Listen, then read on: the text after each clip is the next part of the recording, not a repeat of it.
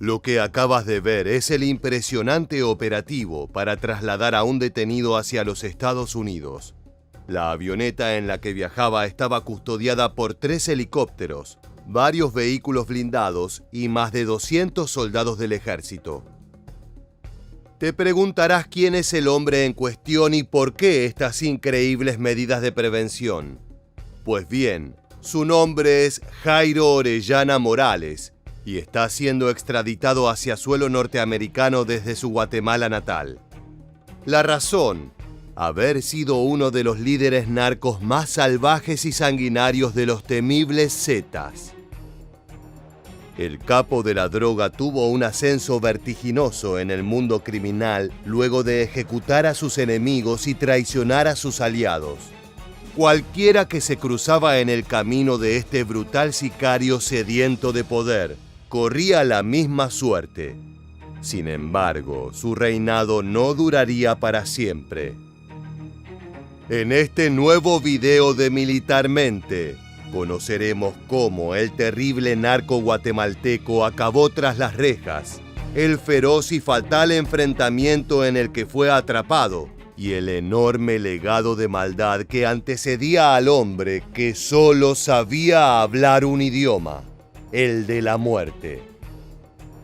Guatemala sufre la penetración de poderosos carteles mexicanos, entre ellos el de Sinaloa y el de los Zetas, que trafican droga con la ayuda de capos locales que operan en la zona de la frontera común. Las autoridades estiman que cerca del 50% de las casi 6.000 muertes violentas anuales en Guatemala están asociadas a las actividades del narcotráfico y a la lucha entre pandillas. El territorio de México se encuentra repleto de cárteles dedicados al narcotráfico, capaces de utilizar los métodos más crueles para ejercer su control sobre las distintas poblaciones. Sin embargo, esto no quiere decir que el país sea su límite. Estos grupos delictivos se han expandido más allá de las fronteras y tienen feroces representantes en otras naciones. Ese era el caso de los Zetas, considerado el cártel más temido de todo México. Uno de sus líderes era Jairo Orellana Morales. También conocido por su alias El Pelón, este despiadado criminal nació el 28 de septiembre de 1973 en Guatemala. En su adolescencia empezó a trabajar como sicario para la familia Lorenzana, un temible clan que opera en Hualán, departamento de Zacapa. Sus jefes empezaron a reconocerlo rápidamente gracias a su sangre fría para cumplir con los encargos más crueles. Como recompensa a sus méritos como pistolero, lo pusieron a cargo del negocio de la droga. Se ocupaba de organizar el transporte y distribución de la cocaína y de cobrar las deudas de la banda. Cuando alguien se rehusaba a pagar, no le temblaba el pulso para apretar el gatillo. El 25 de marzo de 2008, los Lorenzana mandaron a matar a Juancho León, un poderoso narco guatemalteco con el que mantenían una ardua rivalidad. No era un trabajo fácil, pero lograron contratar a una agrupación que tenía lo necesario para llevarlo adelante. Los Zetas, probablemente el cártel mexicano más sanguinario.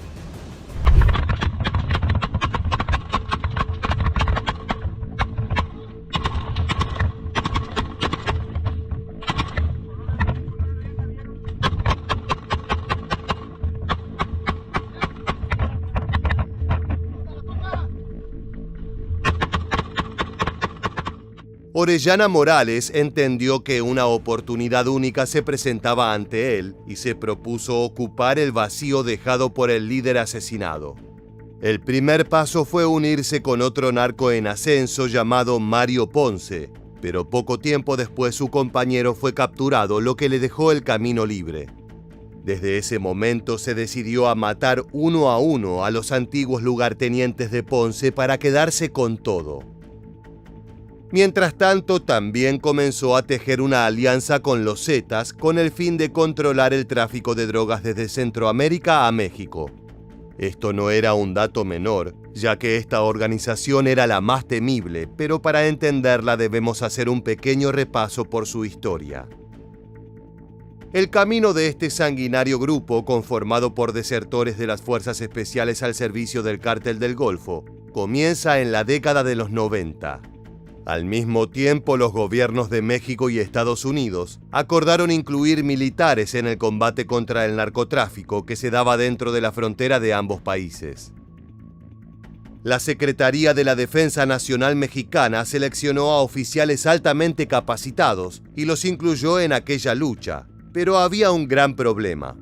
Para ese entonces las fuerzas ya se encontraban corrompidas. Los capos narco habían comenzado a reclutar a exmilitares y policías a los que alguna vez se enfrentaron, seduciéndolos con dinero para que se conviertan en sus guardaespaldas personales. Sin dudas, el caso más notorio de esto fue el de Osiel Cárdenas Guillén, ex líder del Cártel del Golfo. El criminal se encargó de contratar para su nuevo brazo armado a integrantes del GAFE, el destacado grupo de fuerzas especiales del ejército mexicano. Cuando el comando tomó forma, se le dio a conocer como Los Zetas en honor a su primer líder, Arturo Guzmán de Sena, un exmilitar cuyo nombre en clave para las comunicaciones radiales era Z1. Esta identificación de oficiales de alto rango se traspasó a la agrupación para designar a los demás capos, utilizando la última letra del alfabeto y un número. No obstante, otro de los fundadores de esta banda paramilitar, llamado Heriberto Lascano, propuso otra razón más intimidante para el nombre. Aseguró que era una especie de analogía con la última letra del abecedario y el vacío que le sigue. Dijo que después de la Z no hay nada, es decir, si te enfrentas a ellos, lo que sigue será la muerte. Un grupo de hombres y mujeres busca cuerpos en un tubo en donde los Zetas arrojaban los cadáveres.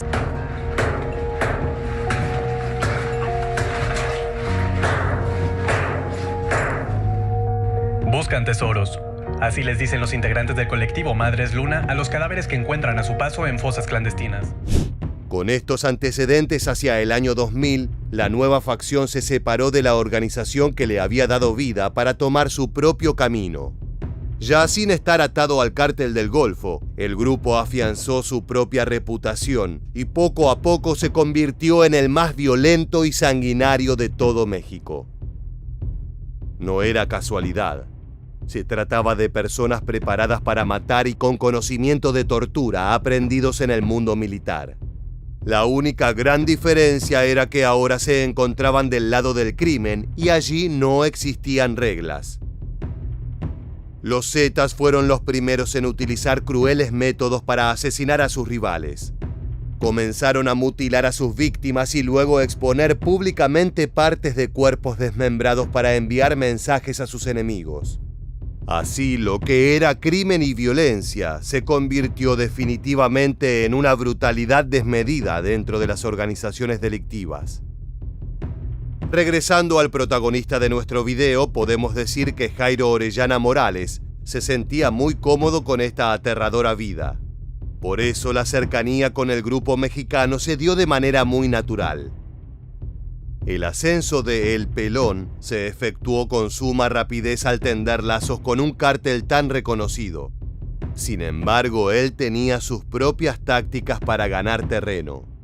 Durante ese periodo de progreso se ganó otro sobrenombre, el Rey del Tumbe. La razón fue que gran parte de su poderío lo consiguió tumbando la droga de sus proveedores, es decir, robándola. Su estrategia era casi siempre la misma.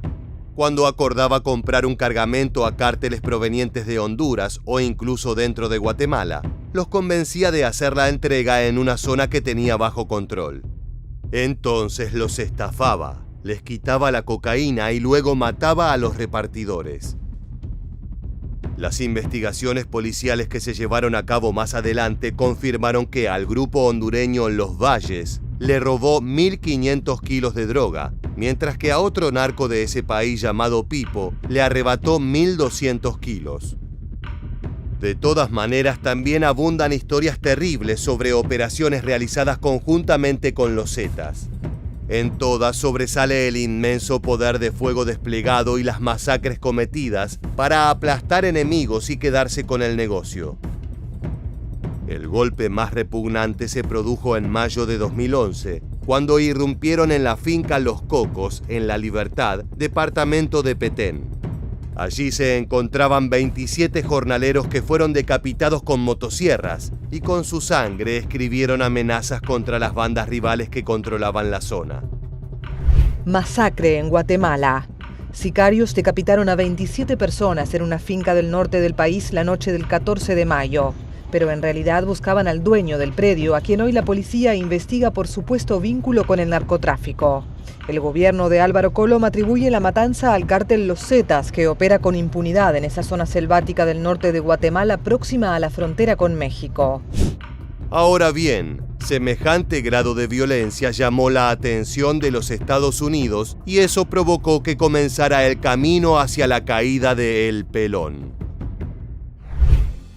En 2013, la Oficina de Control de Activos Extranjeros, dependiente del Departamento del Tesoro norteamericano, solicitó a la justicia una orden de captura internacional para Orellana Morales.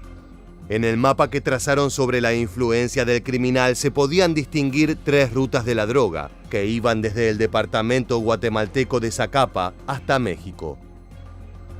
Allí también se lo vinculó con los Zetas, y se lo consideró operador y líder de ese cártel en Guatemala.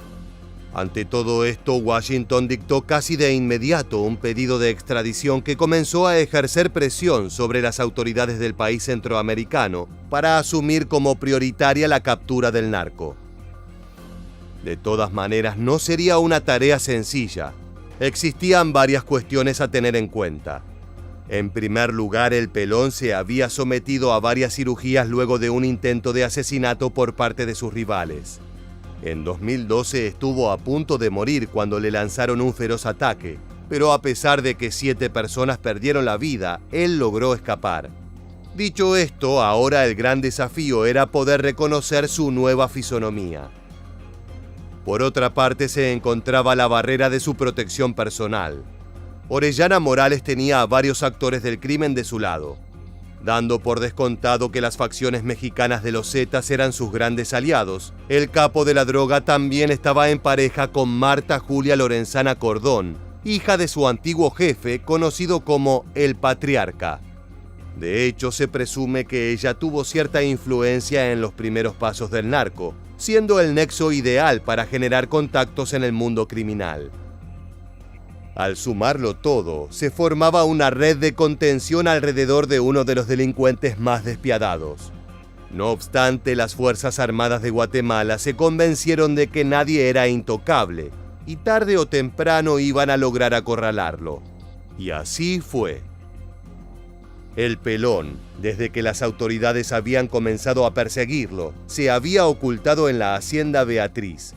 Sin embargo, tras una ardua investigación, la búsqueda terminó el 15 de mayo de 2014. Agentes de las Fuerzas Especiales rodearon la propiedad que estaba a su nombre. De pronto, los sicarios que acompañaban a Orellana Morales lo advirtieron y se desató una terrible balacera.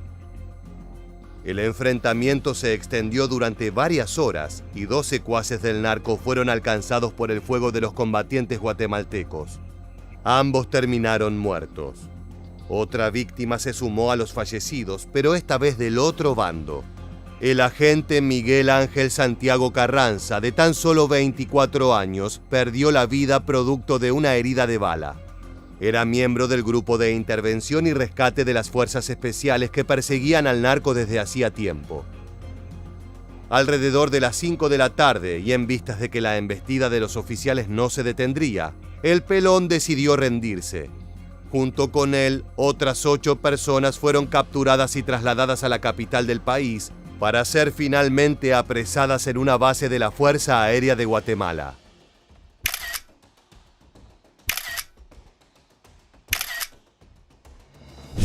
Jairo Orellana Morales terminó siendo extraditado a los Estados Unidos bajo estrictas medidas de seguridad y custodiado por un gran número de soldados y agentes de la DEA. Era requerido por la Corte de Columbia, Virginia, por los delitos de conspiración y uso de armas de fuego para el tráfico de drogas a suelo estadounidense. El Pelón enfrentó las acusaciones y terminó detrás de las rejas, mientras que una investigación sobre los bienes que había adquirido a través de los negocios delictivos llevó a incautar 17 propiedades, más de una veintena de cuentas bancarias y 4 empresas que eran una fachada para el lavado de dinero. Sin embargo, ese no era todo su legado. Las autoridades también analizaron el vacío que dejó el capo narco en las organizaciones criminales, asegurando que la captura de Orellana Morales provocó un fraccionamiento en el grupo, derivando en nuevos y repetidos hechos de violencia. Así fue la caída del líder más sanguinario de los Zetas en Guatemala. Pero si algo nos han enseñado estos cárteles del narcotráfico, es que siempre hay otra figura sedienta de poder esperando su turno para seguir cometiendo los actos más brutales. Con el tiempo sabremos si este país de Centroamérica podrá superar la maldad de Jairo Orellana Morales, un asesino de sangre fría que basó su dominio en la traición.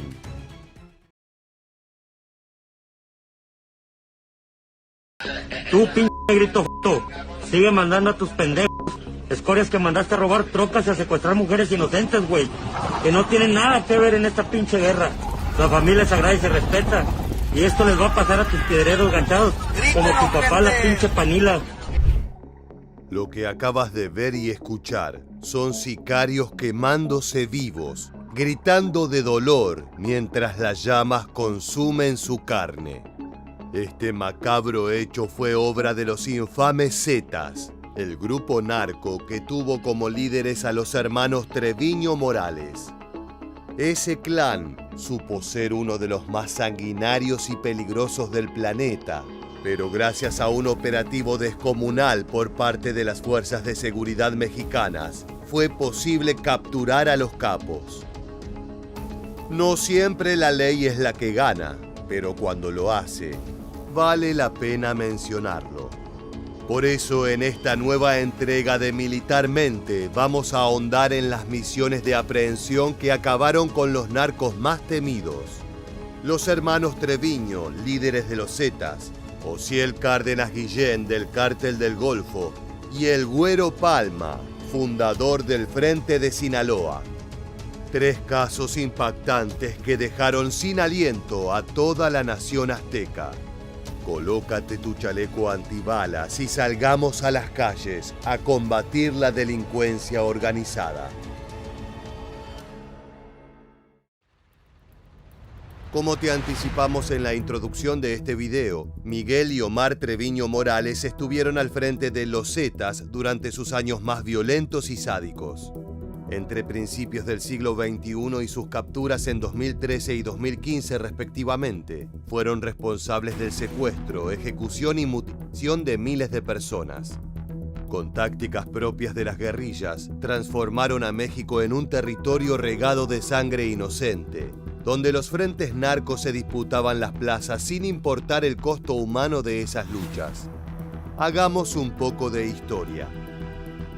Alrededor de 2005, Miguel Treviño Morales fue nombrado referente regional de los Zetas, tomando el apodo de Z40 como símbolo de su importancia. En esa época el grupo era una fuerza comando subordinada al Cártel del Golfo de Osiel Cárdenas Guillén. Operaban como sicarios especializados y tenían una efectividad increíble gracias al entrenamiento militar de muchos de sus miembros. Es por eso que fueron la punta de lanza de Guillén a la hora de combatir tanto con la competencia como con los elementos de la ley. Miguel Treviño Morales llevó consigo a su hermano Omar, alias el Z42, quien se transformó en su mano derecha dentro de la organización. Ambos se encargaban del manejo del negocio en la región de Nuevo Laredo, y allí se les encomendó la tarea de destruir a las células del Cártel de Sinaloa, que intentaban apoderarse de las lucrativas rutas del narcotráfico hacia Estados Unidos. El resultado fue una serie de enfrentamientos impresionantes como el que estás a punto de ver.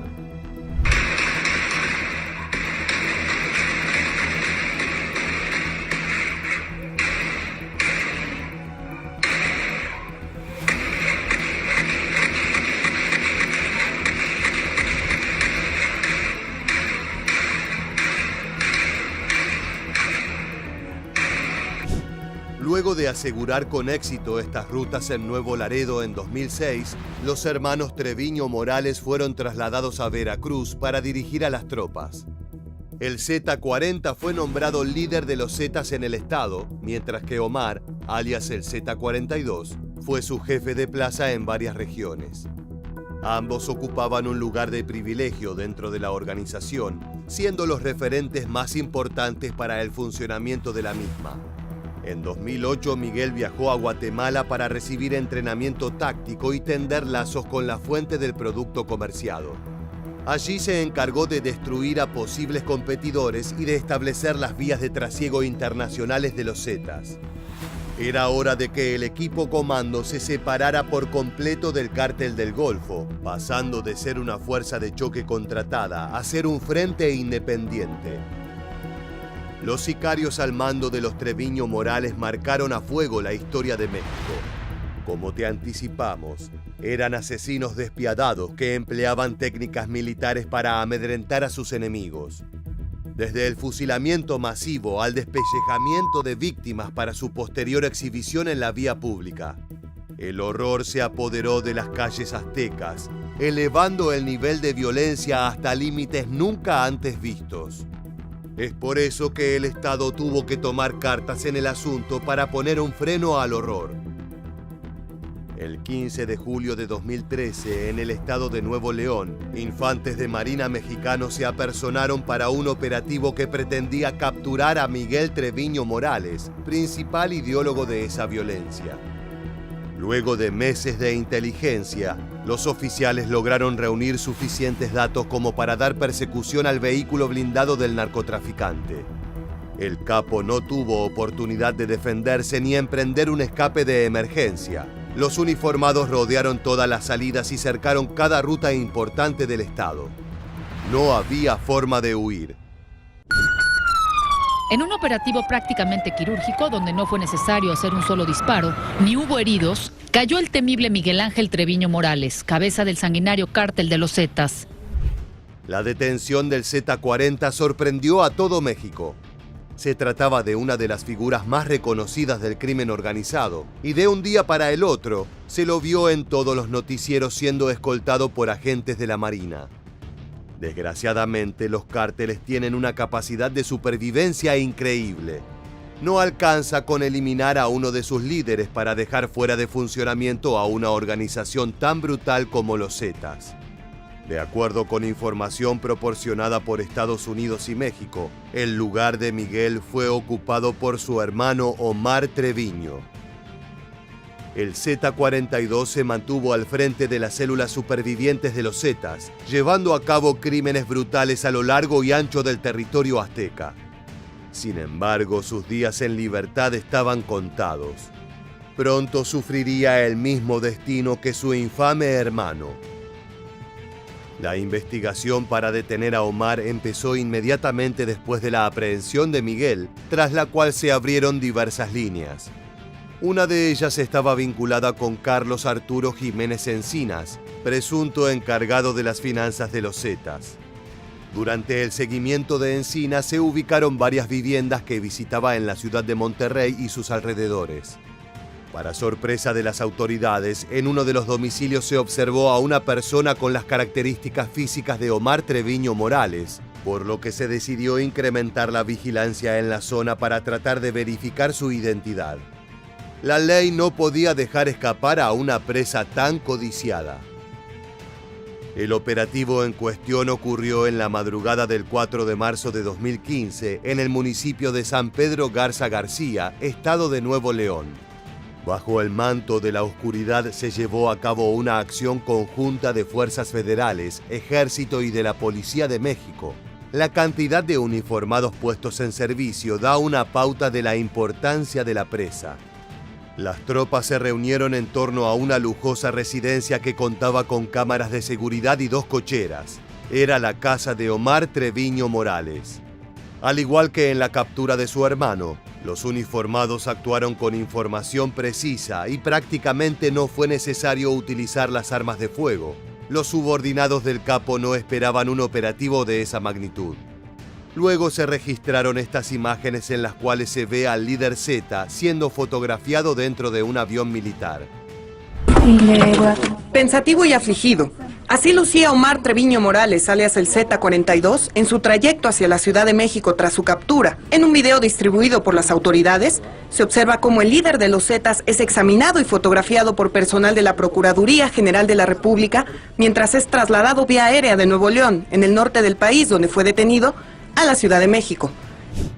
La recompensa por información sobre Omar Treviño Morales era de parte del gobierno mexicano de 30 millones de pesos, mientras que la Agencia de Control de Drogas ODEA llegaba a los 5 millones de dólares. Finalmente, el 21 de julio de 2019, el Z-42 fue sentenciado a 18 años de prisión por un juez federal de México. El siguiente caso que vamos a conocer corresponde a una figura que ya mencionamos al narrar la cruenta biografía de los Treviño Morales. Estamos hablando de Osiel Cárdenas Guillén, uno de los referentes históricos del Cártel del Golfo, la organización criminal en actividad más antigua de México. Ten en cuenta que los orígenes de este grupo se encuentran en los años 30, cuando los bandidos al norte del país traficaban bebidas alcohólicas a través de la frontera. Desde entonces, los integrantes se adaptaron a los consumos ilegales de la época para generar ganancias millonarias, incluso si eso implicaba el derramamiento de sangre y el uso de tropas armadas para dominar las calles. Volvamos ahora a hablar del líder que nos compete en este video. Osiel Cárdenas Guillén nació el 18 de mayo de 1967 en Matamoros, Tamaulipas. Era hijo de una familia humilde, por lo que a los 14 años se fue a vivir a casa de su hermana Lilia por falta de recursos en el hogar paternal. Desde niño se desempeñó en muchos trabajos, pero pronto descubrió que tenía un talento casi natural para la delincuencia. Ya con 19 años se adentró en el negocio de la venta de cocaína, utilizando una serie de talleres mecánicos como coartada. Su reputación e influencia fueron en constante ascenso, hasta que a mediados de los años 90 se transformó en el principal encargado del trasiego de narcóticos para el infame Cártel del Golfo. Eran épocas cambiantes que demandaban violencia extrema. Es por eso que el capo creó su propia fuerza de choque compuesta por militares desertores, los antes mencionados Zetas. Junto a esos sicarios, Osiel Cárdenas Guillén sembró el terror en México. Mutilaciones, tiroteos diarios, terrorismo y cadáveres apilados en la calle. La situación era dantesca.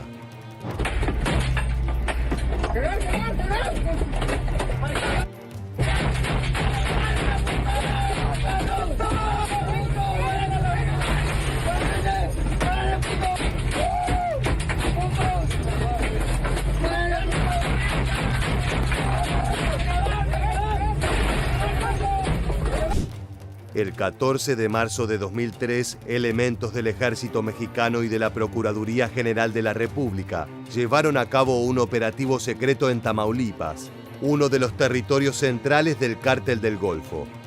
El objetivo era decapitar a la bestia, capturando a su principal referente, con la esperanza de que eso fuera suficiente para detener sus crímenes. En el cielo tamaulipeco sobrevoló por varias horas un helicóptero de la Marina. Abajo, en la tierra, se sucedieron 3 balaceras que rompieron la tranquilidad en la región de Matamoros. Primero hubo detonaciones de armas de fuego en el interior de una casa. Eran asesinos ocultos que trataban de impedir el accionar policial. Más tarde hubo una segunda ráfaga de cartuchos cuando Osiel Cárdenas Guillén estaba siendo sacado del sitio en manos de los uniformados. En ese momento, sicarios del Cártel del Golfo accionaron sus AK-47 logrando herir a 3 soldados.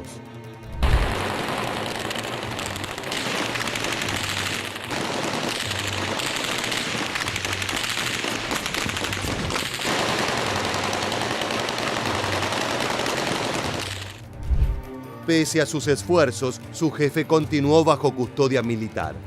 Era momento de llevar a cabo la segunda parte del plan de detención: trasladar al criminal hasta una dependencia policial donde sería vigilado las 24 horas del día. Osiel Cárdenas Guillén fue ingresado a una camioneta que lo llevó hasta el aeropuerto Servando Canales. Posteriormente fue ingresado a un vehículo de las Fuerzas Armadas para ser llevado a la capital del país, pero los sicarios del Golfo iban a hacer un último y brutal intento para recapturar a su líder. Una tropa de asesinos descargó rifles y ametralladoras sobre camionetas blindadas del ejército. Matamoros, Tamaulipas, se transformó por varios minutos en una zona de guerra, en la cual los vecinos se escondían en sus hogares para no recibir un balazo perdido. Pese al nivel de violencia de los narcotraficantes, no pudieron evitar la captura de Cárdenas Guillén. Estas imágenes fueron registradas durante su traslado.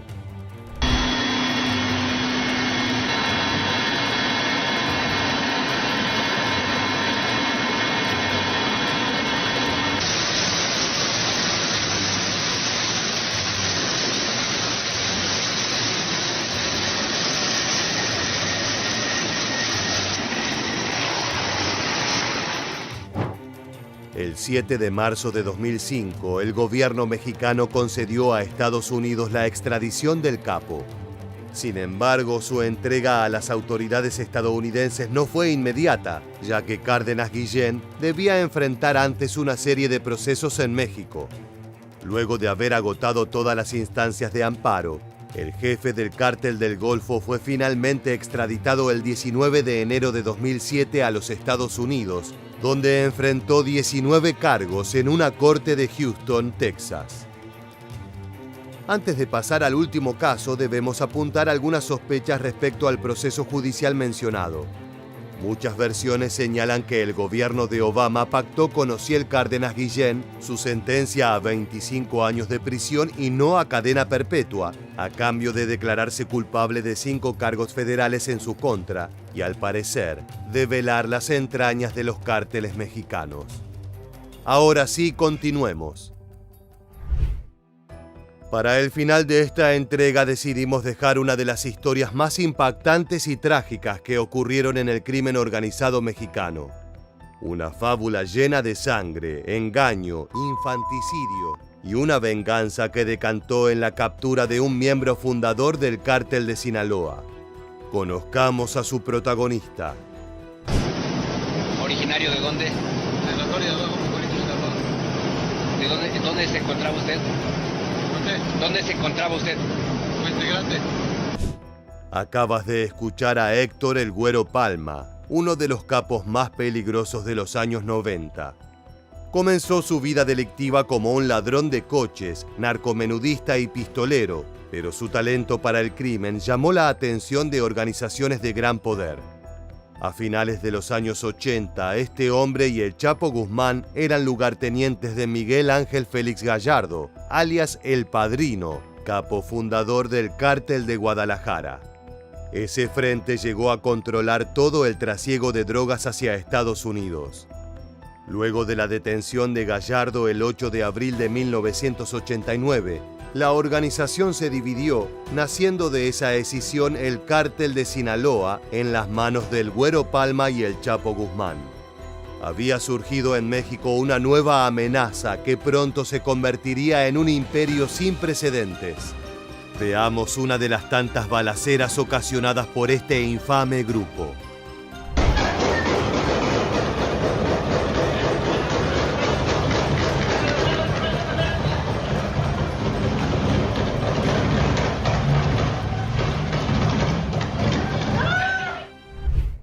El frágil equilibrio del mundo criminal fue revuelto debido a una venganza de Félix Gallardo contra el Güero, motivada por el robo de 300 kilos de cocaína. El antiguo líder de Guadalajara planeó cobrarse el narcótico con sangre y para ello recurrió a Rafael Clavel, un sicario venezolano que se involucró en la familia del capo de Sinaloa. Primero se transformó en su cuñado al casarse con su hermana Minerva. Después sedujo a Guadalupe Leija Serrano, esposa del Güero Palma, con quien éste tenía 2 hijos pequeños. En 1989 la mujer huyó hacia Venezuela con Rafael Clavel junto a sus hijos, Natalí y Héctor, de 4 y 5 años respectivamente, y $2 millones retirados de la cuenta de su esposo. Ya en aquel país, Clavel hizo efectiva la venganza de Félix Gallardo. Degolló a Guadalupe Leija Serrano y envió su cabeza en una congeladora a El Güero. Luego asesinó a los niños arrojándolos desde un puente en Caracas conocido como El Viaducto.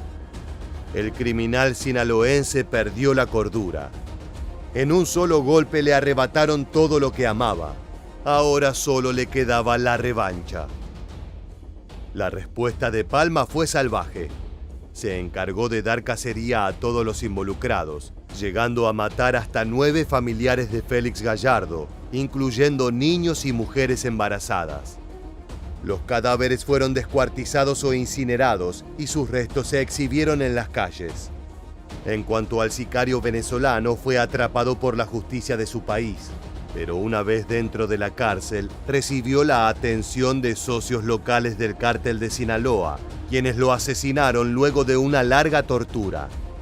Semejante carnicería llamó la atención de las autoridades, que enfocaron a su mejor personal para dar captura al socio del Chapo.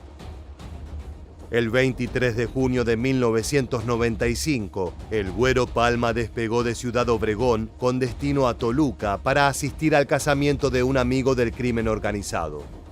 Ese fue su último viaje como hombre libre. El capo no pudo descender a su destino original debido a un operativo militar que tomó control de toda la pista de aterrizaje. Ante la emergencia, la avioneta de Palma enfiló rumbo a Zacatecas. Desgraciadamente para él, allí también lo esperaba la implacable justicia. Luego de volar sin destino por varias horas, el combustible se acabó y la aeronave cayó en la frontera entre Jalisco y Nayarit. Malherido, sus hombres llevaron a El Güero a una casa de seguridad donde al día siguiente fue detenido.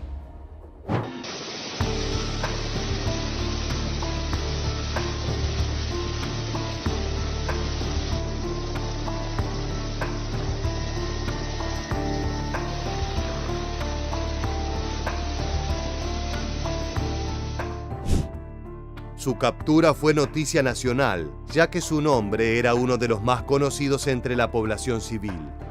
Para muchos jugó un rol fundamental en la construcción del cártel de Sinaloa como imperio hegemónico del crimen organizado azteca, y por ello fue responsable de la muerte de decenas de miles de personas.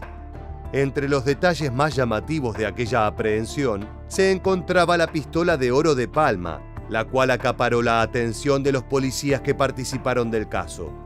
La abundancia de pruebas y la espectacular huida aérea del narco dieron como resultado un proceso judicial bastante simple. Al cabo de pocos meses se encontraba tras las rejas en su tierra natal, pero ese no fue su último destino. En el año 2007, Palma fue extraditado a Estados Unidos, donde permaneció por casi 10 años. Una vez resueltas sus cuentas pendientes al norte del Río Bravo, el delincuente fue devuelto a México en 2016. Desde entonces ha luchado contra sus cargos presentados en México con la esperanza de recuperar la libertad, aunque difícilmente lo logre, ya que tiene pendientes numerosos crímenes que aún ni siquiera han sido procesados.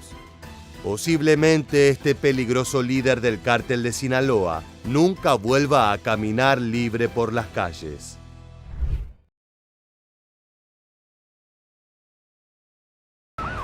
Con el paso de los años, Ismael El Mayo Zambada se ha transformado en un mito viviente del crimen mexicano. En la actualidad es el principal referente del cártel de Sinaloa, y su fama de criminal imposible de atrapar le da un semblante legendario. Es que desde hace 50 años este hombre maneja el trasiego de cocaína, marihuana y metanfetaminas hacia Estados Unidos y no ha sido detenido jamás. Opera como un fantasma que habita las montañas sinaloenses. Desgraciadamente para sus familiares, esa cualidad no es hereditaria. La gran mayoría de los hijos y hermanos de El Mayo han pasado por manos de la justicia. Algunos temieron por su vida, otros se transformaron en soplones y traidores que no tuvieron reparos en darle la espalda a su clan. Esta es la historia del clan Zambada y su turbulenta relación con la justicia. Comencemos con esta apasionante entrega de Militarmente. Tu hermano Ismael, que es, en este momento pues sigue siendo pues uno de los más buscados del mundo. Sí, precisamente. ¿Hace cuánto que no ves tú a Ismael Zambada, tu hermano? Pues la última vez que yo vi a mi hermano fue en el año de 2007. Entonces ya pues son muchos años. ¿Qué te puedo decir, verdad? Acabas de escuchar a Reinaldo el Rey Zambada, hermano del legendario capo de Sinaloa. Sus palabras sirven de puntapié para este análisis, ya que nos marca un primer concepto. La vida criminal siempre termina alejándote de tu familia. Conozcamos la biografía de ese líder legendario al que se refiere la entrevista. Ismael El Mayo Zambada García nació el 1 de enero de 1948 en El Álamo, Sinaloa, en el seno de una familia granjera. Poco se sabe sobre su juventud, pero a mediados de los años 70 su camino se cruzó con el del crimen organizado, a partir del cultivo de marihuana y amapola. Las tierras sinaloenses y su geografía montañosa eran ideales para la producción de esas plantas ilegales pero altamente redituables. Zambada comenzó desde abajo, cultivando estos productos ilícitos, pero rápidamente mostró una habilidad particular para los negocios que lo llevó a ganar un lugar privilegiado en el mundo criminal. Así diversificó sus actividades, pasando de solo producir materia prima a también refinarla a su forma final y transportarla a las grandes ciudades. Esas conexiones lo llevaron a formar parte del mítico Cártel de Guadalajara, una organización pionera en la exportación de drogas a gran escala hacia Estados Unidos.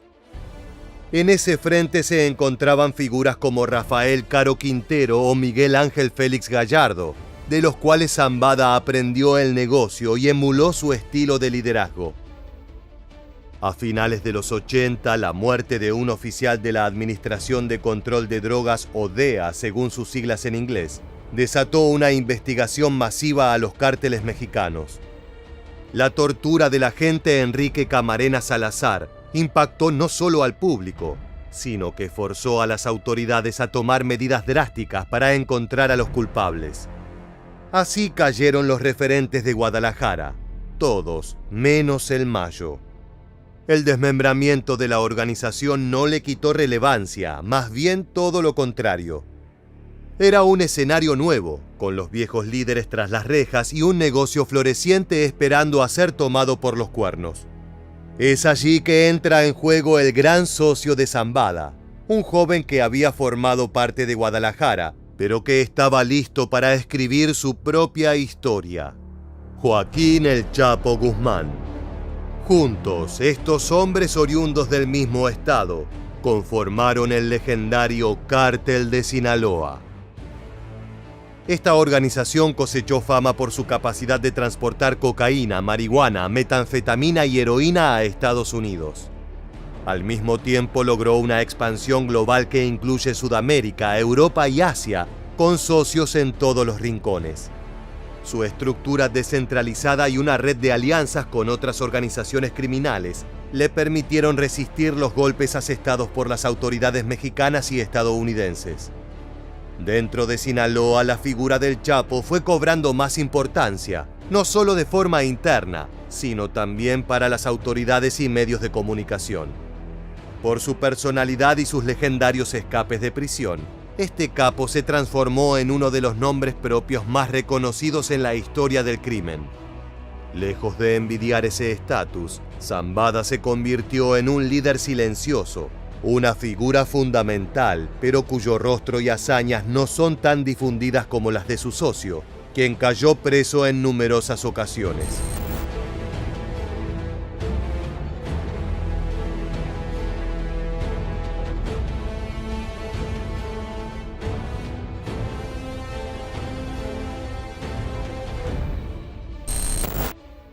Todo indica que el Mayo es un estratega crucial, y que sus redes de influencia llegan incluso hasta los Estados Unidos. Pero lo más increíble es que este hombre ha logrado la colaboración de muchos trabajadores y vecinos de Sinaloa, quienes le respetan y cooperan para mantenerlo como una sombra anónima. A pesar de los operativos en su contra y las sucesivas capturas de otros líderes importantes del cártel, Zambada ha logrado seguir en las sombras, consolidando su estatus de leyenda en el mundo del narcotráfico. Tras los sucesivos arrestos del Chapo y de algunos de sus hijos, su figura ha crecido y se estima que es el principal referente del cártel de Sinaloa. Con los años, el gobierno de Estados Unidos ha puesto a El Mayo en su lista de los más buscados, ofreciendo millones de dólares por información que conduzca a su captura. Sin embargo, la presunción de que cuenta con un amplio apoyo local y su habilidad para desaparecer ante los ojos de la ley han dificultado su detención, permitiendo así que hasta el día de hoy permanezca como uno de los pilares más elusivos del narcotráfico mexicano. Desafortunadamente para él, esas cualidades no se llevan en la sangre, sino que se aprenden con años de oficio. Es por ello que muchos de sus familiares no lograron mantener el mismo perfil bajo y uno a uno fueron capturados por la justicia. El primer integrante de la familia Zambada en caer preso fue Jesús Reinaldo Zambada García, alias El Rey, hermano de El Mayo, a quien escuchamos al principio de este video. Su aprehensión es una de las más increíbles e incluye un operativo cruzado entre diferentes fuerzas y el supuesto apoyo de otro capo criminal que buscaba eliminar a El Rey.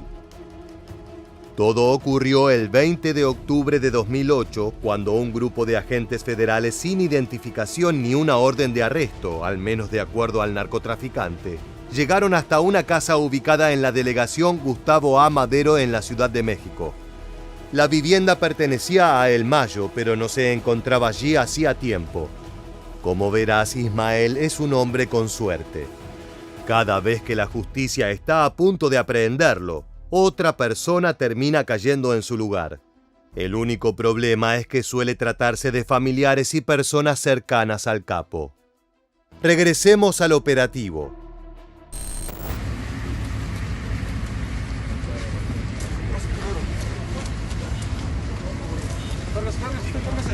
Cárgase a mí. Sí.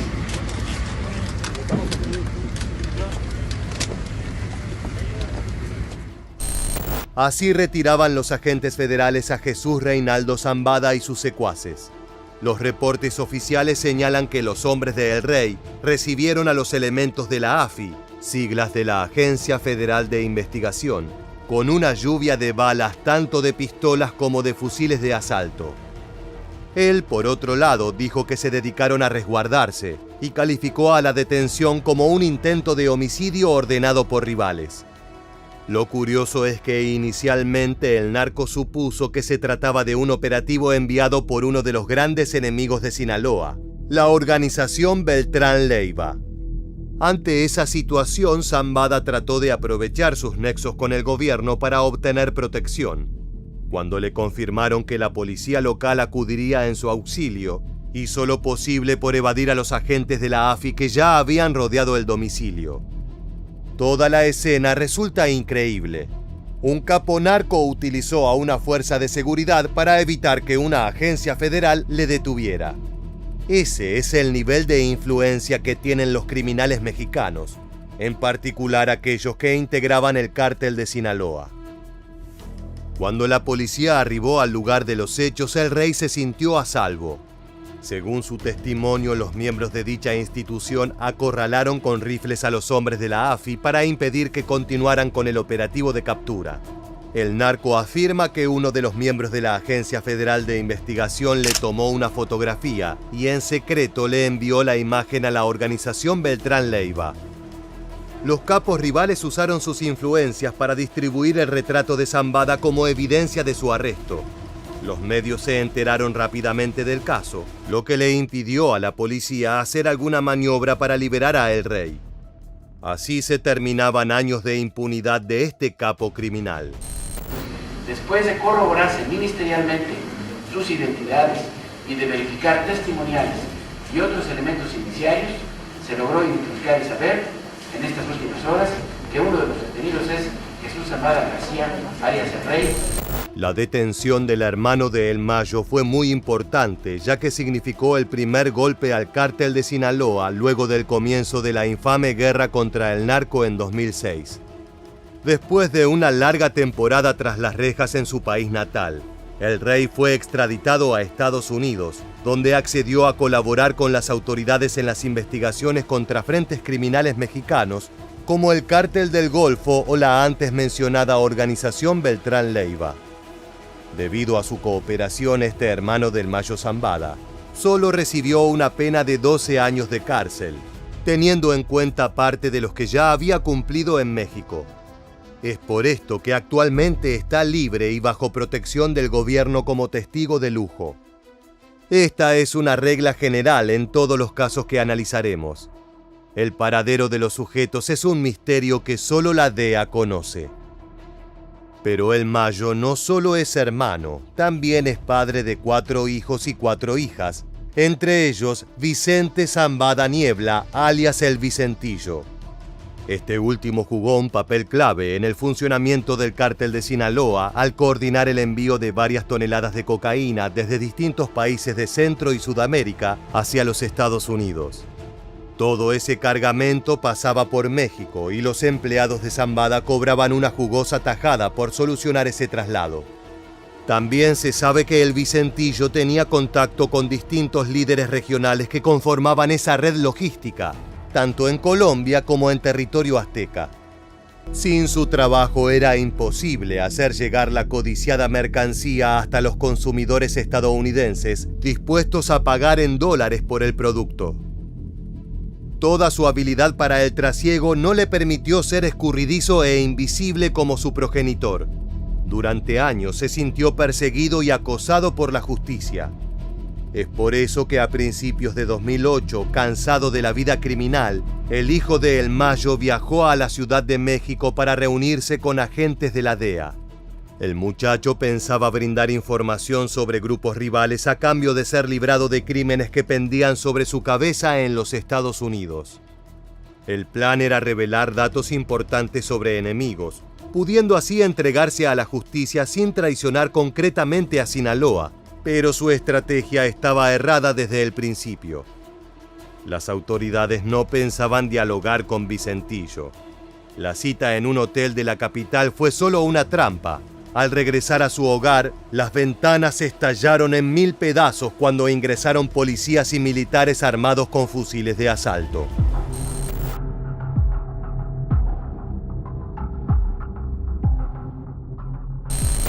El Vicentillo fue atrapado por el ejército mexicano el 18 de marzo de 2009.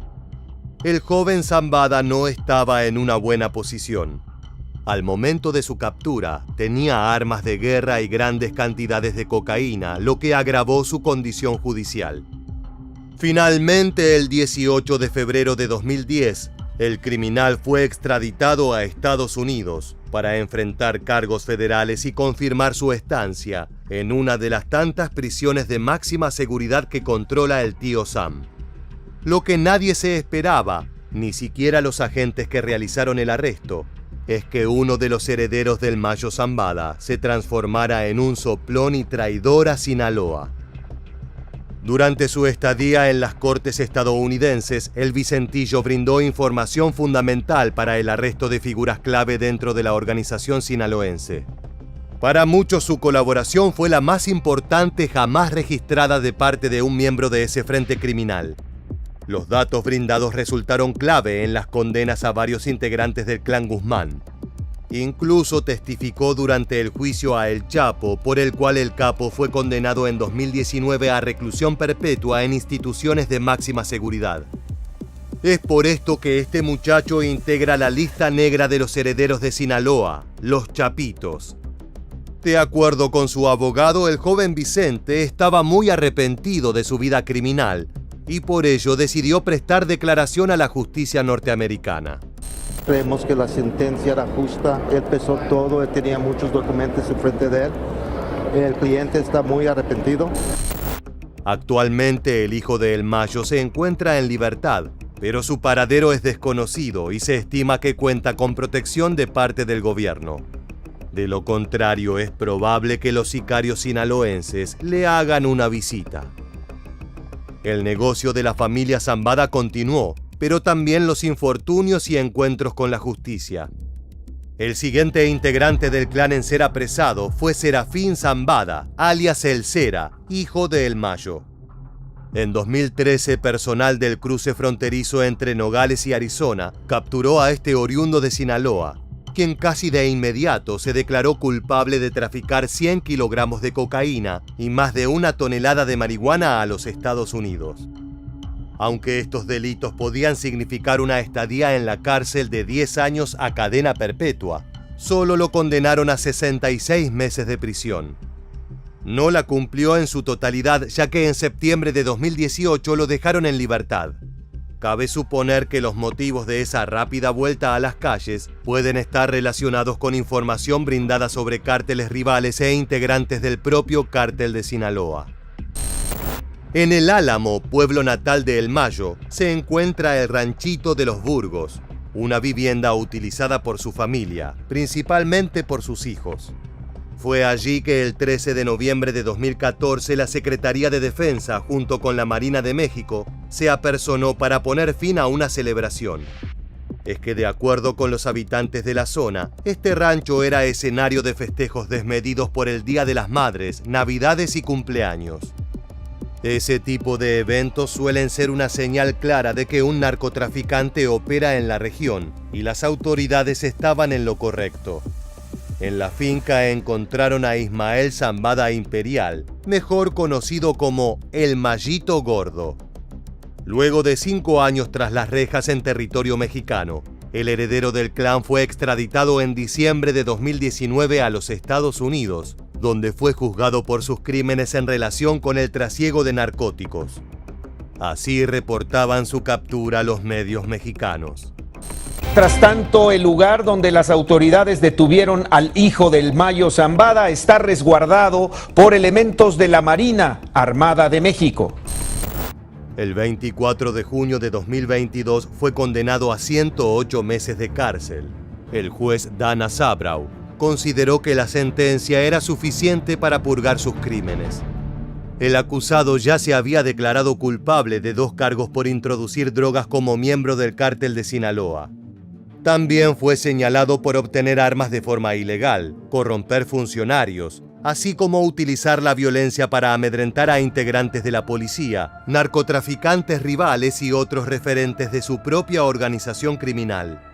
Además de su pena tras las rejas, también acordó pagar $5 millones, los cuales abonó como una multa para resarcir los gastos de su aprehensión y el proceso judicial. Debido a su buen comportamiento en la prisión, a sus confesiones y su colaboración para aumentar la pena del Chapo Guzmán, el Mayito Gordo fue liberado a finales de 2022.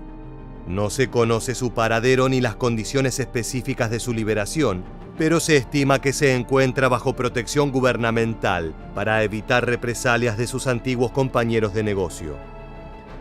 Aunque no hay ningún reporte oficial sobre alguna detención de Ismael El Mayo Zambada, el periodista Luis Chaparro indicó en una entrevista que en una ocasión fue aprehendido por un agente federal que no reconoció al líder del cártel de Sinaloa. Es por eso que a los pocos minutos lo dejó ir. Sobre esta presunta detención no hay más datos respecto a dónde y cuándo pudo haber ocurrido. Tampoco si el elusivo Zambada fue trasladado a una dependencia oficial.